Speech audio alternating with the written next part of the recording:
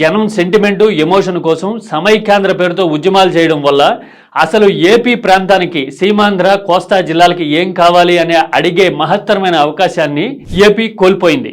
తీరా రాష్ట్ర విభజన ఖరారు అయిపోయిన తర్వాత కూడా రాజధాని విషయంలో ఇదే గందరగోళం జరిగింది. కొత్త రాజధాని కట్టడానికి 5 లక్షల కోట్లు అవసరమవుతాయి అని గంభీరంగా చంద్రబాబు నాయుడు చేసిన ప్రకటన ఏపీ రాజకీయాల్ని, ఏపీ భవిష్యత్తుని తీవ్రంగా ప్రభావితం చేసింది.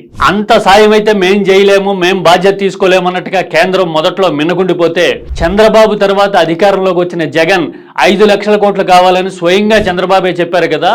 అంత సొమ్ము ఖర్చు పెట్టే స్తోమత, స్థాయి ఇప్పుడు ఏపీకి లేవు అంటూ రాజధాని మీద కొత్త విధానం తీసుకురావడానికి ఆ ప్రకటన కారణమైంది. అంటే భారీ స్థాయిలో ఖర్చు పెట్టి భారీగా నిర్మాణం చేయాలి అంటే తనకే అవకాశం ఇస్తారు అనే ఉద్దేశంతో చంద్రబాబు నాయుడు చేసిన ప్రకటన విభజన జరిగిన తర్వాత 12 ఏళ్లు అవుతున్నా నేటికి అదే రకమైన గందరగోళానికి కారణమైంది.